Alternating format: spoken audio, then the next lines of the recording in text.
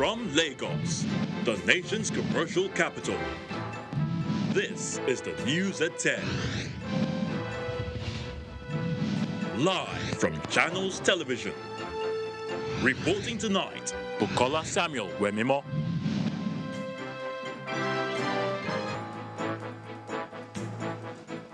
Hello and welcome. Tonight, Nigerians to know National Assembly's position on the rejected Electoral Amendment Bill, as the Senate says the final decision is to be made known when the National Assembly resumes in the new year.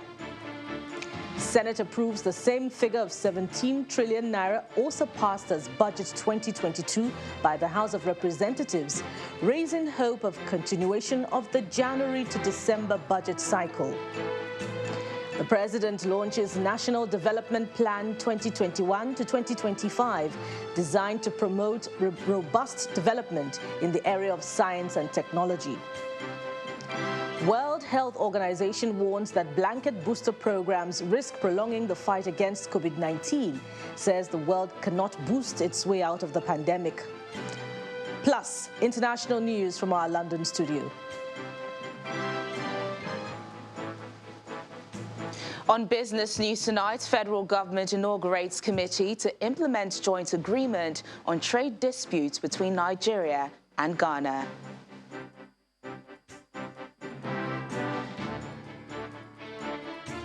On sports news tonight, Governor of Lagos State, Babajide Sanwo-Olu, receives the 2022 Nigerian Universities Games Torch of Unity. As host institution, the University of Lagos begins tour across the country. And from Abuja, federal agencies destroy over 1 million doses of expired AstraZeneca COVID-19 vaccine in Abuja.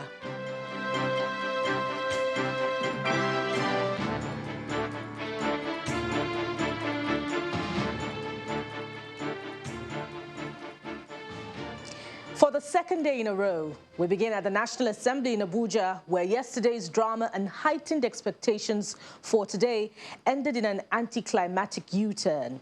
The upper legislative chamber, the Senate, decided not to pursue any particular course of action with regards to President Muhammadu Buhari's refusal to assent to the Electoral Act Amendment Bill 2021.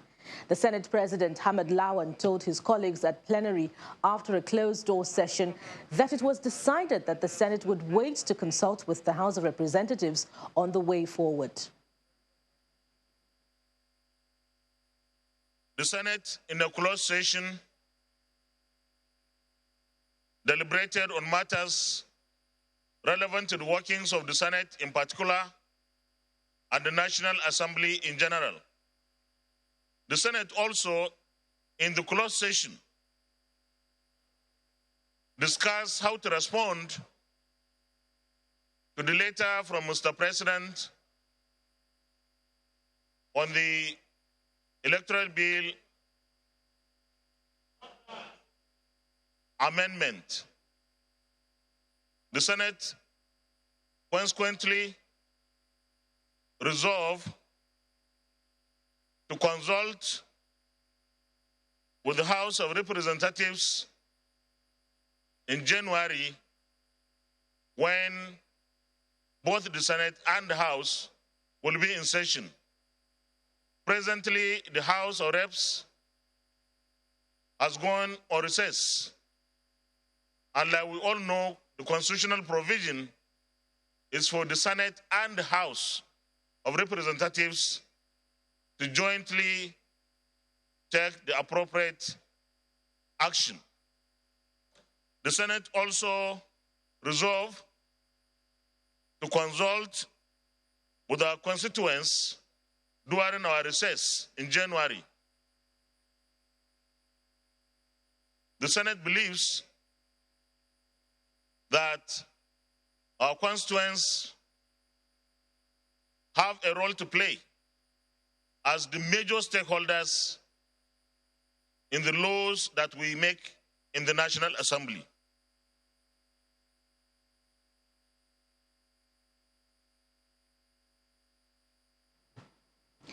The events of the last 48 hours could be said to be simply in the nature of legislature-executive relations in Nigeria. This relationship is characterized by both conflict and cooperation. Since 2015, though, efforts to ensure that the two arms of government are able to discharge their responsibility for the benefit of Nigerians have taken center stage, but haven't always succeeded. The manner of the emergence of the leadership of the 8th National Assembly heralded the strained relationship between President Muhammadu Buhari and the National Assembly. When the administration settled down to the business of governance, the acrimony between the 8th Assembly under Senator Bukola Saraki and Honorable Yakubu Dogara and the executive started to manifest. This culminated in how executive bills and requests were treated, while the executive in most cases withheld assent to important bills and disregarded motions passed by the legislature. The frosty relationship between the legislature and the executive forced the president to take interest in the leadership of the 9th National Assembly. And fortunately, the preferred candidates emerged as the Senate President and Speaker of the House of Representatives. One remarkable achievement of the current Assembly is the introduction of the January to December budget cycle. The executive now gets prompt approval to its requests, including borrowing and confirmation of appointments, while most of the bills that were rejected and denied assent, such as the Petroleum Industry Bill, Electoral Act Amendment Bill, and National Water Resources Bills, were reintroduced. In favor of the motion. However, that relationship appears shaky following the president's decision not to assent to the Electoral Act Amendment Bill, citing provisions of Clause 87, which provides for direct primary as the mode of selecting the candidates of political parties for any election. The leadership of National Assembly, as we have it today, cannot, I refuse, cannot put in the agenda of the two chambers to say they will override, veto. Mr. President, decline. The present administration in August 2020 set up the Tripartite Committee, headed by Vice President Professor Yemi Oshibajo, to resolve disagreements within the ruling party, the All Progressives Congress. The committee, which has members of the legislature, the executive and APC Caretaker Committee as members, failed last month to agree on which mode to be adopted in selecting the candidates of political parties.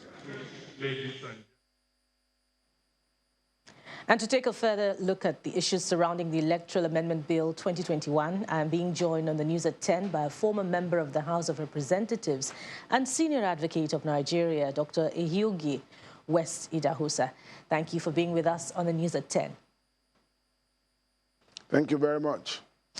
I guess the most appropriate place to start would be to ask if you were taken by surprise with the president's action.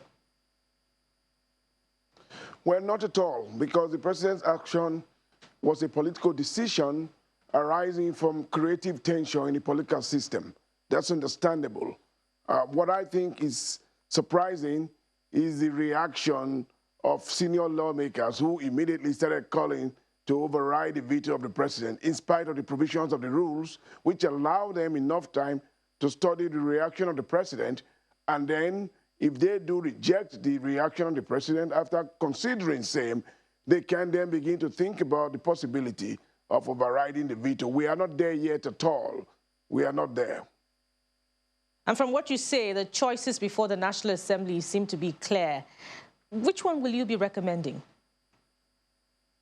Well, the choice is clear.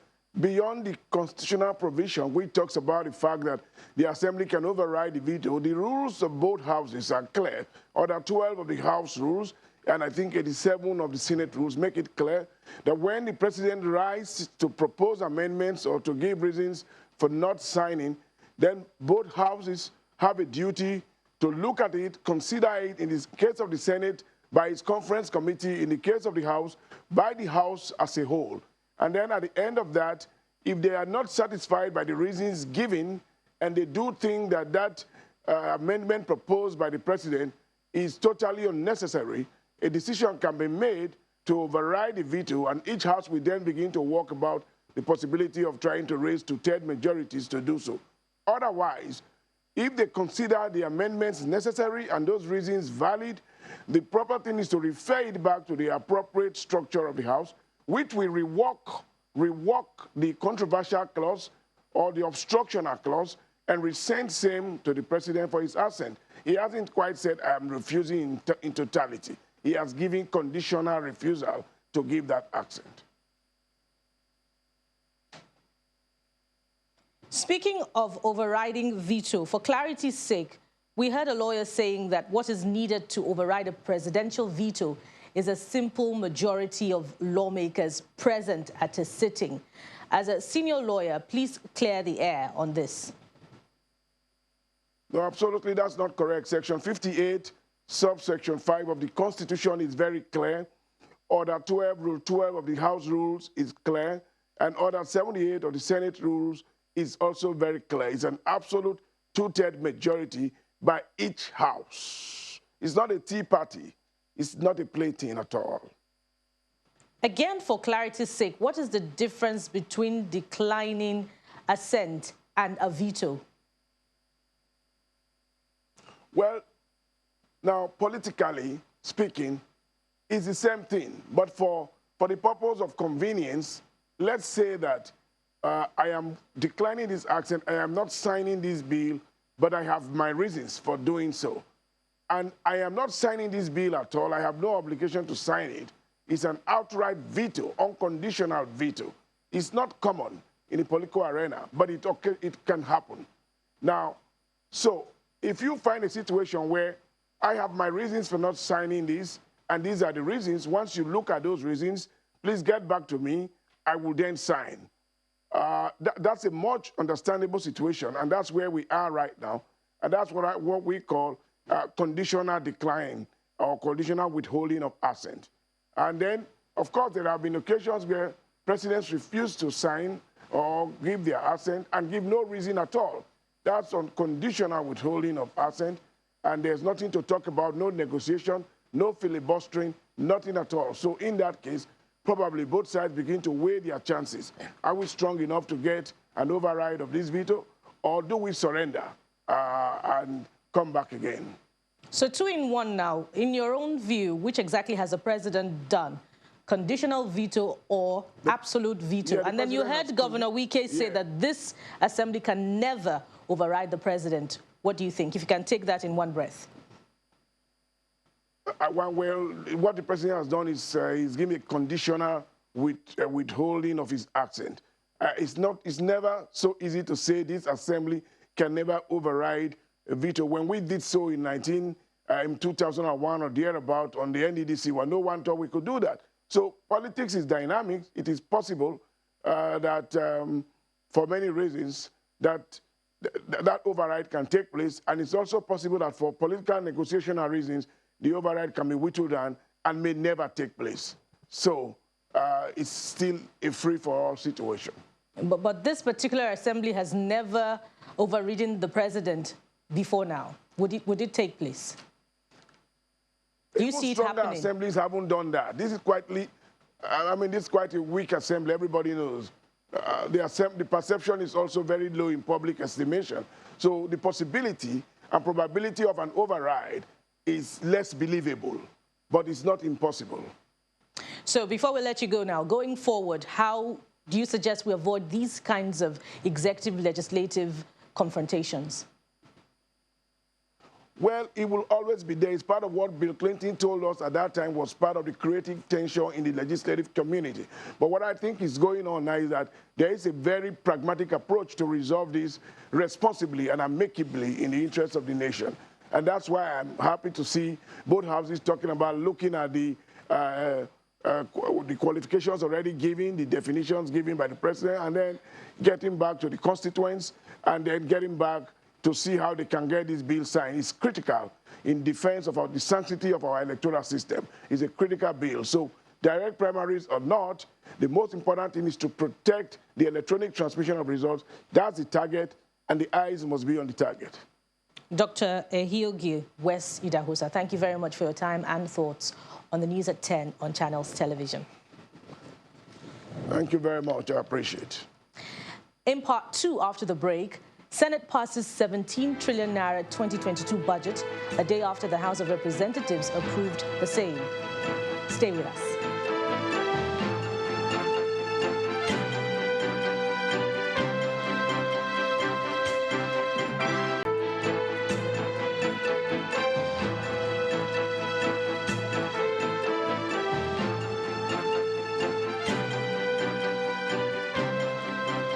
Welcome back.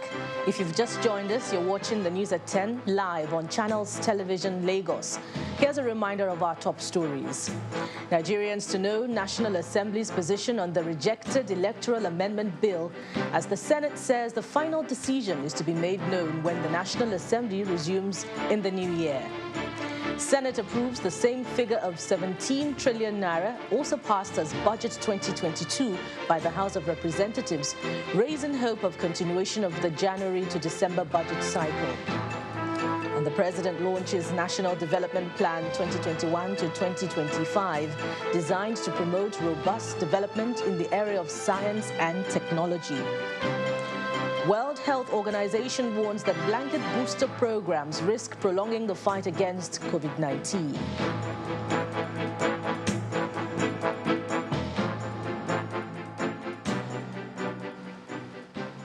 The Senate did accomplish something important today, and that is it passed the 2022 appropriation bill with the same figures as those of the House of Representatives, which had passed its version yesterday before embarking on a Christmas and New Year recess. Our correspondent, Linda Akigbe, reports on details of what transpired on the subject. It's the final plenary session for the year in the Senate. And the upper chamber is in a hurry to pass the 2022 appropriation bill, in line with its promise to continue with the practice of a one-year budget cycle in the country. 2091. It retains the majority of the estimates presented by President Buhari in the budget, but increases the benchmark price of crude from $57 to $62 per barrel. The increase in oil benchmark from $57 per barrel to $62 per barrel to reflect the current market value in the international markets. Debt service, 3.9 trillion. The upper chamber increases the budget deficit by 98 billion naira to include requests made by the executive for some projects not provided for in the budget and could not be covered by the increase in revenue. The committee recommends that the additional revenues discovered should be provided to the following agencies that forwarded their request for more funding for very critical projects.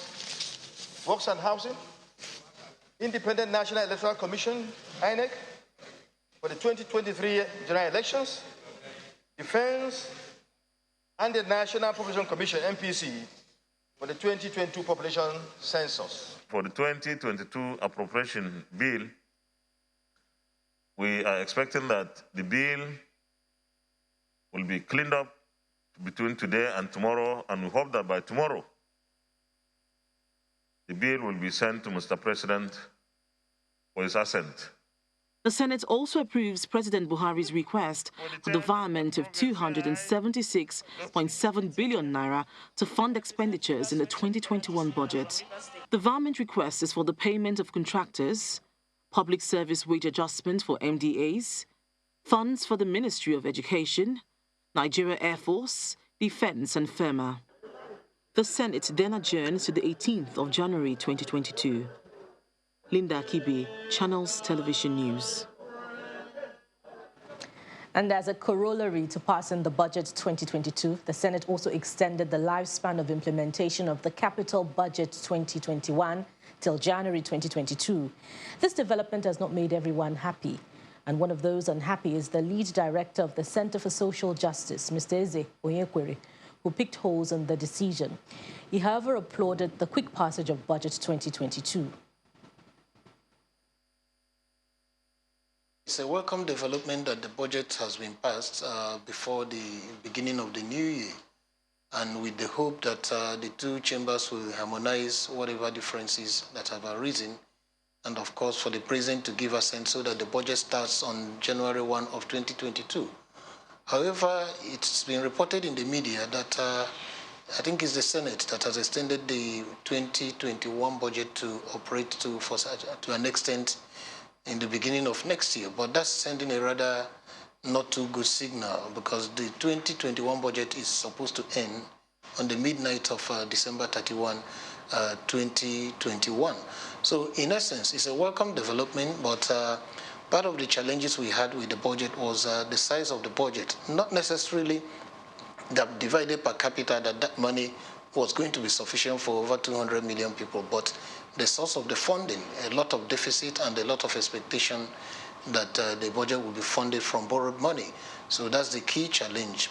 Debt service has been consuming more than 80, in fact, between 80 and 90% recently of all the money we've made, what we call retained revenue.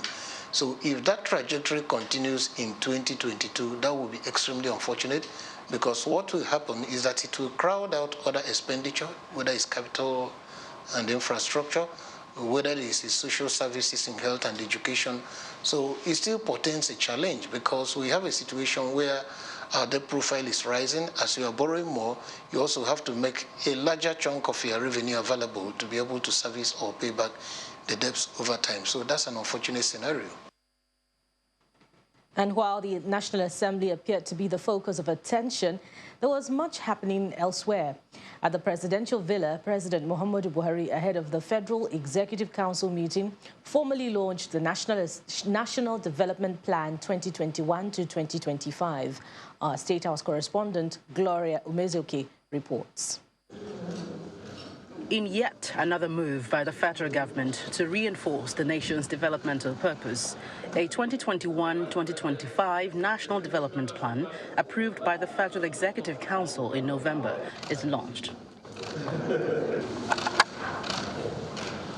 Thank you very much. The presentation of this latest medium-term strategy, which succeeds the Economic Growth and Development Plan 2017 to 2020, is symbolic, according to the Finance Minister, to halt years of documented failure in some aspects of the nation's economy. The plan seeks to invest massively in infrastructure, ensure macroeconomic stability, enhance the investment environment, improve on social indicators and living conditions, tackle climate change mitigation, adaptation, and resilience strategies, amongst others. Since 1960, Nigeria has adopted no less than 4 national development plans as a pathway to actual development that ended with diminished hopes. Now we have a plan in place for 2021 that is further aimed principally at ensuring that the gains have been consolidated and Nigerians are being continuously included. This government, more than any other, have taken deliberate, active steps to include all economic groups and support them. At a briefing, the Finance Ministry admits previous plans were lacking, but exploring this all-encompassing 6-clustered plan is guaranteed to broaden the nation's economic gains. This plan also has a financing plan to increase revenue to 15% of GDP. Currently, revenue to GDP is 7%. It can be recalled that a Vision 2020 was previously launched to make Nigeria one of the biggest economies in the world, but that came with its loopholes that became major drawbacks. Now, the federal government insists this will be different, would not be vulnerable this time around. But this leaves Nigerians with a lot of expectations, particularly in the face of the morass of challenges facing the country. From the presidential villa, Gloria Umezoke, Channels Television News. And time now for more on the news at 10 from our Abuja studio, and my colleague Linda Akibe is set to take us through. Hello, Linda. Hello, Bukola. So let's continue monitoring the management of COVID-19 in the country.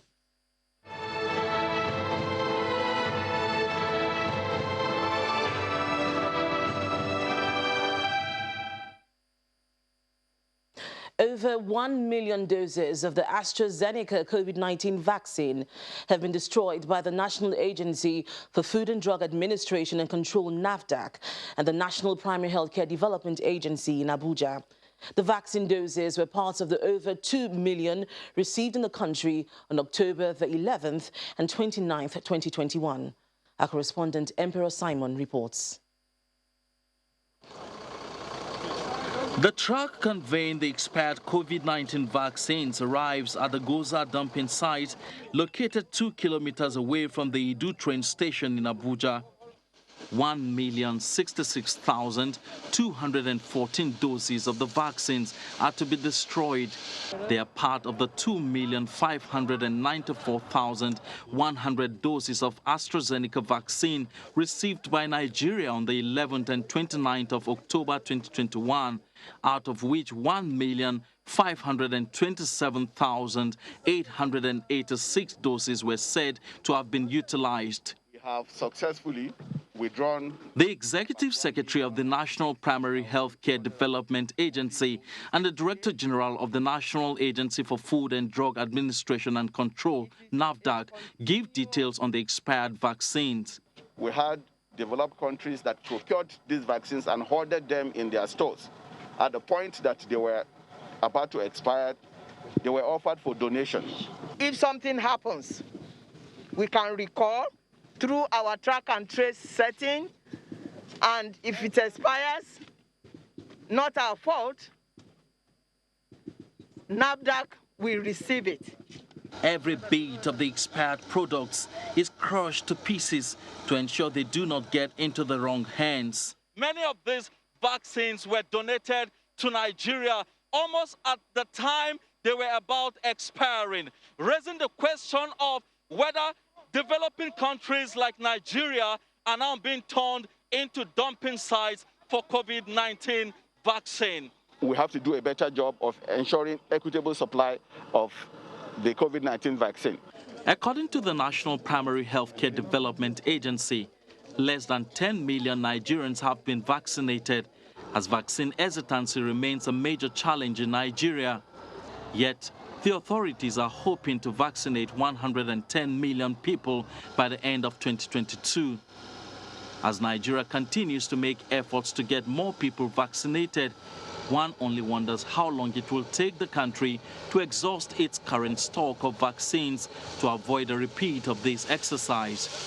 Emperor Simon, Channels Television News.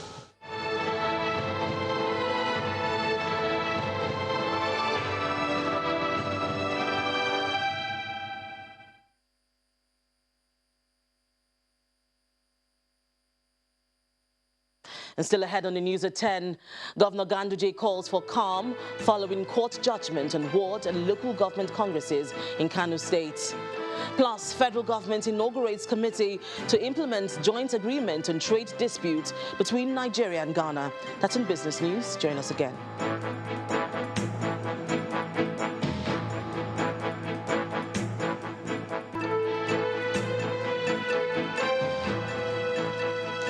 Welcome back to the news at 10, coming to you live from Abuja. For about a week now, the Rivers State government has been commissioning one project after another. Today was no exception, as Governor Nyesom Wike flagged off the Oyibo-Okoloma Road in Oyibo local government area. At the event, Governor Wike explained the issues that led to the recent change in the leadership of the People's Democratic Party, adding that he is indifferent over the mode of party primaries. The special guest and national chairman of the PDP, Senator Iyochayu, who flagged off the road project, commended Governor Wike's leadership role while taking a swipe at the ruling APC. After more than a week of project inaugurations and flag-offs across River State, Governor Nyesom Wike is in Oyigbo local government area for the flag-off of yet another project, the 19.4-kilometer Oyigbo-Koloma Road.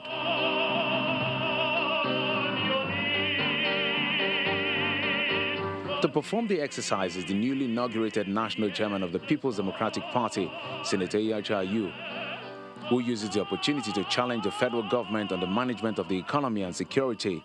I am happy the governor has challenged the federal government to show us Nigerians exactly what they are doing with the money they are borrowing all over the world. Because as a party, we paid off during General Olusegun Obasanjo's presidency nearly all the commercial debt, over 30 billion debt. We paid part of the debt. I was part of the Federal Executive Council at the time. The debts were paid off, and Nigeria was almost debt-free. For Governor Nyesom Wike, the PDP represents the best alternative for Nigerians as he urges the party to strengthen its internal democracy, amongst other things. One of the reasons why we fought without any apologies to anybody anywhere. Why we must have a change of leadership in the hierarchy of the party. Because we knew without leadership of the party come 2023, we're all going to be doomed. And it was clear. And some of us rose and stood up and said, no, we will not wait. It doesn't matter whether the person is anybody from River State or not. What is important for us is for PDP to have a good leadership to fight for the change of leadership in this country come 2023. The reconstruction of the Oyigbo-Koloma Road will be a major facelift for Oyigbo local government area and boost the Wike administration's policy on ease of doing business.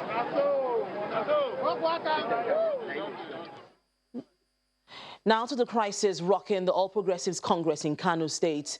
Governor Umar Ganduje is calling for calm, describing the situation as normal party crisis. Governor Ganduje was speaking after a stakeholders meeting of members loyal to his own faction of the party at the government house. This was called following the 2 judgments from a court in Abuja upholding the ward and local government congresses held in Kano by the Senator Ibrahim Shekarau-led faction of the APC. Governor Ganduje emphasized the need to remain focused on developing the state and not distracted by court actions.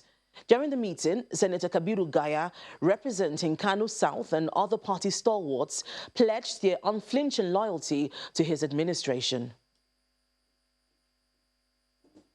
To security matters, the governor of Ebonyi State has inaugurated the State Command of Ibubagu, a regional security outfit created to protect the lives and property of residents in the southeast. In his address at the ceremony in Abakaliki, the state capital, Governor Dave Umahi promised that everything will be done to ensure that the outfit meets the expectations of residents of the state. The Paurutangele Township Stadium, Abakaliki, is the venue of the inauguration of the Ebonyi State wing of the Ibubeago security outfit. And the state governor, David Umahi, and members of the state executive council, security chiefs, as well as other guests, turned out for the event.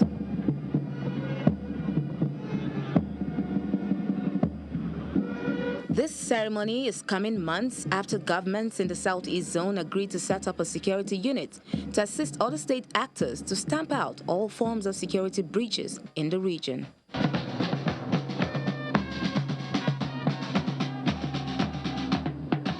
Before the inauguration of the outfit, there is a brief display by operatives of the group. In his address at the launch of Ibubeagu, Governor David Umahi says the event marks a watershed in the state government's drive to protect lives and property of law-abiding citizens. Let me say that what we have here is very lawful and will continue to be for the benefit of our people. Section 8, subsection 12 says the agency shall, in the course of carrying out its duties, safeguard the human rights of every person in line with the Constitution. And so let me say that the outfit is not politically motivated, but those who have been sponsoring insecurity in the state and who are afraid of the outfit can go to court to challenge the law. While appreciating governors of the Southeast region, traditional rulers, the clergy, as well as residents of the states for their cooperation, Governor Umahi explains that Ibubeago is not an alternative to the police force. This is an outfit that is totally under the tutelage, supervision, monitoring, directives, and obedience to the police force. There shall be no altercation. There is no superiority fight. You are told here by the chief security officer, which is me, that you are under the police force. Meanwhile, the Ebonyi state government has absolved itself of any complicity in the disappearance of 5 engineers and 2 police personnel who went missing in the Oaku local government area of the state weeks ago. That's all from Abuja. Back to you, Bukola. Thank you, Linda. What activities do you have lined up for the holidays? Well, Eco Hotels and Suites management says it has a lineup of fun events in its tropical Christmas Candyland to thrill fun seekers during this holiday. The hotel has also raised the stake for this year's edition with the introduction of the Big Bounce House, a mega bouncy castle for all ages, featuring some of the most unique and exciting custom-built attractions. Eco Hotels and Suites has kicked off days of glitz and colorful Christmas celebration with this tropical Christmas wonderland for families. A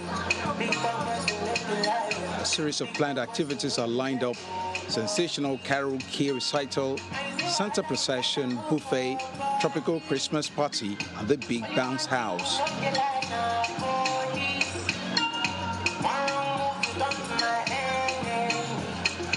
The giant bouncy castle offers a wide range of entertainment, with obstacles taking the children on a whole different experience. They jump, climb through the obstacles, run and slide in the free space, and can even choose to throw into the basketball hoops. This is the first time I'm seeing a bouncing castle where there's like football, like you can play around and do stuffs, where you can slide around and do crazy things like stunts and every other thing. This is my third day here. Actually, we were driving, so my kids said, "Look, Daddy, let's go to this place and see." So we came here 2 days ago, and honestly, we like it. And it's been for the past 3 days, it's been our regular. Children and even parents are already jumping on the excitement. You see a lot of bouncy castles, that are just like 10 to 10 feet, but the difference is the size. You would never see this in Africa, not nowhere in Africa. Trust me, Nigeria is the only place, Eco Hotel, that you see it. It's a 40 by 40 meter bouncy castle. And we have a DJ booth in there. We're going to have a bounce party on the 25th. Like, trust me, it's going to be amazing. The management of the hotel says it is bringing more excitement this season as the hotel goes beyond hospitality to create holiday destination and tourist attractions. Over the last 4 years, the management of Eco Hotel and Suites has seen need to start to invest locally, create a holiday destination for people to come and enjoy everything that they possibly could enjoy if they went abroad. From Thursday, December 23, holidaymakers will be treated to a wonderful Christmas experience with different packages that would allow them to have a splendid time on the backdrop of tropical themes.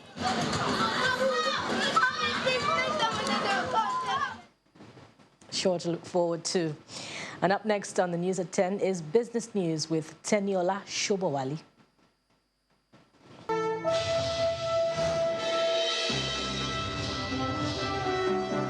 Thanks a lot, Bukola. Welcome to Business News. The federal government has announced the inauguration of an interministerial committee to implement a joint agreement on trade disputes with Ghana.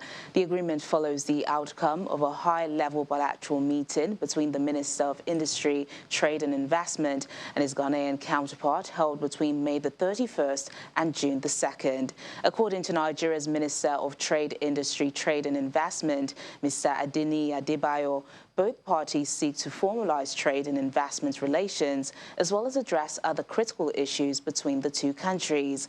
Members of the committee include representatives of the Ministry of Foreign Affairs, Nigeria Customs Service, Nigeria Immigration Service, Standards Organization of Nigeria, Nigeria Export Promotion Council, Nigerians in Diaspora Commission, among others. Following the passage of the 2022 budget by both the House of Representatives and the Senate, there's been reactions following the increase of the budget from about 16.9 trillion to 17.12 trillion naira. For the Chief Executive Officer of the Center for the Promotion of Private Enterprise, Dr. Muda Yusuf, the budget is rather ambitious and may be difficult to fund. The equities market moved further into negative territory at the close of today's session, with the benchmark index dropping by 0.34% following investors' waning risk appetite. Will Ibong tells us more.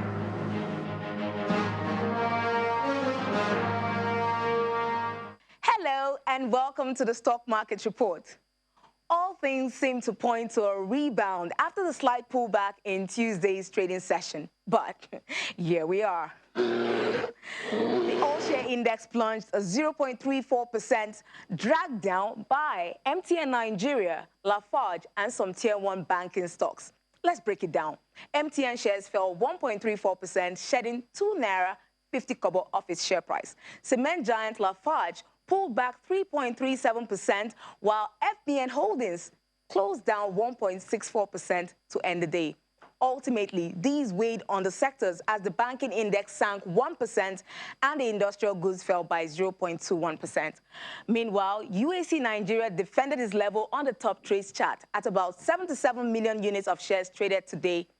Still not much to be desired as the activity chart registered lower turnover when compared to yesterday. However, it was still a positive market breadth. Well, it's 2 trading days before Christmas. The benchmark remains under pressure. Let's hope the biggest gains comes in before 2022. And that's the stock market report. I'm Willie Bong. Back to you.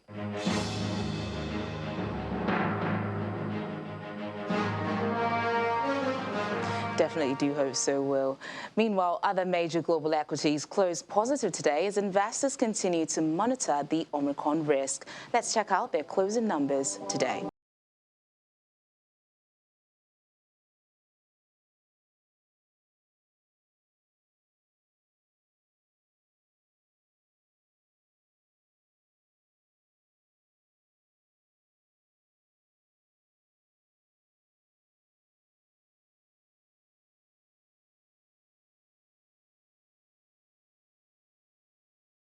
And that's Business News tonight. It's back to Bukola for the rest of the news at 10. Thank you, Teddy. And coming up next, World Health Organization warns that blanket booster programs risk prolonging the fight against COVID-19. And more international news from our London studio. Stay with us.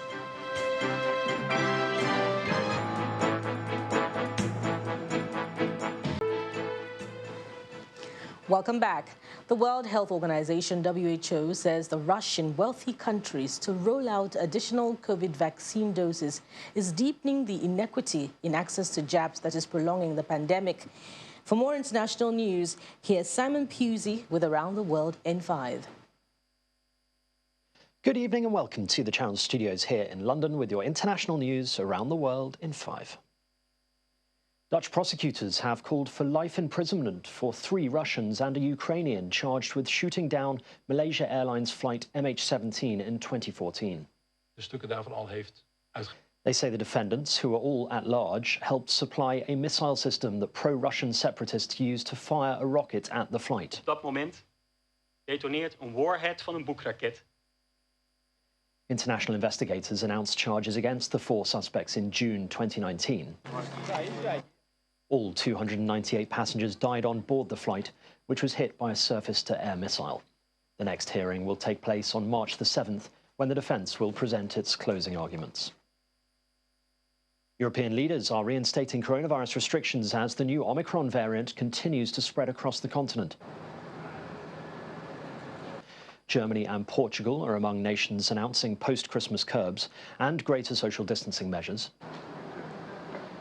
Meanwhile, Spain has reported its highest daily number of cases since the start of the pandemic, and France has warned daily cases there could soon pass 100,000. In Wales, groups of no more than 6 people will be allowed to meet in pubs, cinemas and restaurants from the 26th of December. The EU has started legal steps against Poland over the country's constitutional court ruling. Bonjour, bienvenue. European Commissioner Paolo Gentiloni told a news conference the rulings deprived individuals in Polish courts of their legal guarantees in the Treaty of the European Union.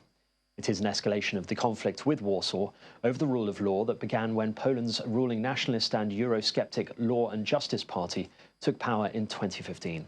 The European Union is a community of values and of law, and the rights of the Europeans under the treaties must be protected, no matter where they live in the Union.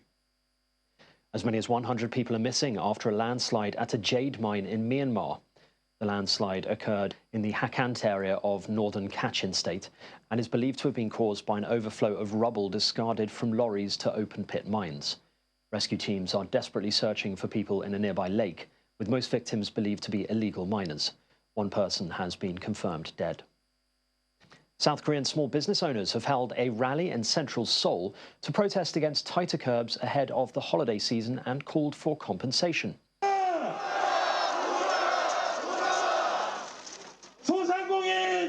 About 500 business owners gathered in front of the government complex and chanted slogans such as "Abolish curbs and compensate loss." They also tore copies of business licenses on stage and said they cannot afford to follow another curfew.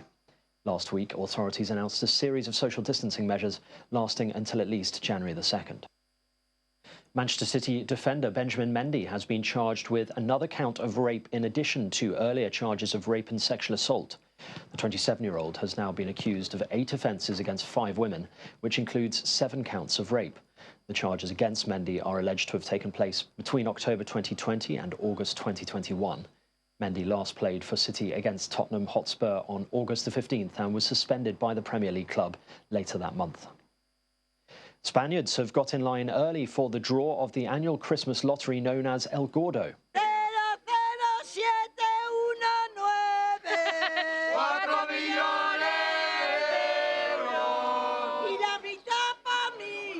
The audience has been allowed to return for the first time since the coronavirus pandemic hit in March 2020. Many of them had been in the queue for over a day and were wearing elaborate fancy dress costumes.